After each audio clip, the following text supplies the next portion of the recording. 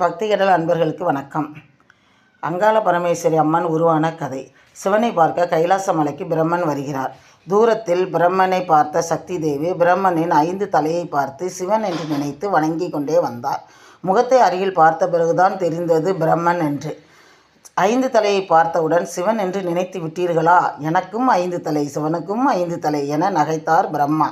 அம்பிகைக்கு கோபம் வந்தது. சிவபெருமானிடம் முறையிட்டாள் அன்னை. ஓ, 5 தலை இருப்பதால் தான் அவருக்கு ஆணவமா என்ற பரமன் பிரம்மனின் ஒரு தலையை வெட்டி வீசினார். தன் தலைவனின் ஒரு தலை பறிபோக காரணம் அம்பிகைதான் என்று கருதிய கலையரசியான சரஸ்வதி பராசக்தி மேல் கோபம் கொண்டு, சக்தி, நீ அரண்மனையில் வாழ்ந்தாய், இனி நீ இடம் இல்லாமல் அலைந்து புற்றையே வீடாக கொண்டு வாழ்வாய் என்று சபித்தாள். கலைவாணி சரஸ்வதியின் சாபத்தால் பர்வத ராஜபுத்திரியாக திகழ்ந்த அன்னை பார்வதி தேவி பூலோகத்தில் தோன்றி இருக்க இடம் இல்லாமல் எங்கு தங்குவது என்று தெரியாமல் அவதிப்பட்டார்.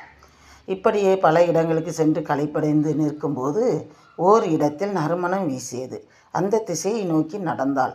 அந்த இடம் அழகான நந்தவனமாக இருந்தது. இடத்திலேயே அமர்ந்து தவம் செய்ய தொடங்கினாள்.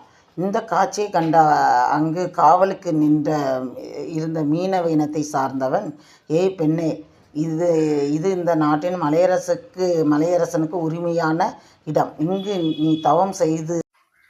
கலைவாணி சரஸ்வதியின் சாபத்தால் பர்வத ராஜபுத்திரியாக திகழ்ந்த அன்னை பார்வதி தேவி பூலோகத்தில் தோன்றி இருக்க இடமில்லாமல் எங்கு தங்குவது என்று தெரியாமல் அவதிப்பட்டாள். இப்படியே பல இடங்களுக்கு சென்று களைப்படைந்து நிற்கும்போது ஓர் இடத்தில் நறுமணம் வீசியது. அந்த திசையை நோக்கி நடந்தாள். அந்த இடம் அழகான நந்தவனமாக இருந்தது. அவ்விடத்திலேயே அமர்ந்து தவம் செய்ய தொடங்கினாள்.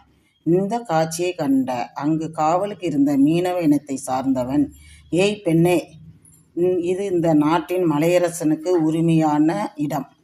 இங்கு நீ தவம் செய்வது உனக்கு நல்லதல்ல.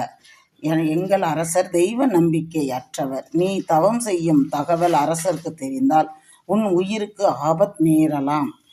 ஆகவே இங்கிருந்து போய்விடு என்று எச்சரித்தான். உடனே அன்னை புன்னகைத்தபடி தன் உடலை புற்று மண்ணால் மூடினாள். அந்த காட்சியை பார்த்தவன் பிரமித்து போனான். இந்த பெண் அன்னை பராசக்தி என்பதை உணர்ந்தான். அம்பிகை மீது பக்தி உண்டானது. மக்களிடம் சொன்னான். நந்தவனத்தில் திடீர் புற்று உருவானதை அறிந்த மக்கள் அதிசயித்தனர். புற்றை பலர் வந்து பார்த்தார்கள். இந்த தகவல் அரசருக்கு தெரிந்தது. எனக்கு சொந்தமான தோட்டத்தில் புற்று இருக்கிறதா? இதை உடனே இடித்து தள்ளுங்கள் என்று உத்தரவிட்டான். புற்றை இடிப்பது பெரும் பாவம், அதை செய்யாதீர்கள் என்று எத்தனையோ பேர் கூறியும் கேட்கவில்லை அரசர். பணியாளர்கள் புற்றை உடைத்தார்கள். அப்போது அருகில் இருந்த மீனவ இனத்தை சார்ந்த அந்த காவலன் அந்த புற்று மண்ணை ஒரு கைப்பிடி எடுத்து வைத்து கொண்டான். புற்றை உடைத்துவிட்டு அந்த இடத்தை சுத்தம் செய்து சென்று விட்டார்கள் அரசனின் பணியாளர்கள். அவர்கள் போன பிறகு தான் தன் கையில் இருந்த புற்று மண்ணை அந்த இடத்தில் மறுபடியும் வைத்து பூஜை செய்தான் மீனவன். புற்று மறுபடியும் வேகமாக உருவானது. இந்த செய்தியை கேள்விப்பட்ட அரசன் மறுபடியும் பணியாளர்களை அனுப்பினான். புற்றை உடைக்க புற்றின் அருகில் சென்றவுடன் அன்னைக்கு காவலாக வந்து நின்ற சிவபூதங்கள் அந்த பணியாளர்களை கொன்றார்கள். பிறகு அங்காள பரமேஸ்வரி அம்மன் பக்தர்களை காக்க பூலோக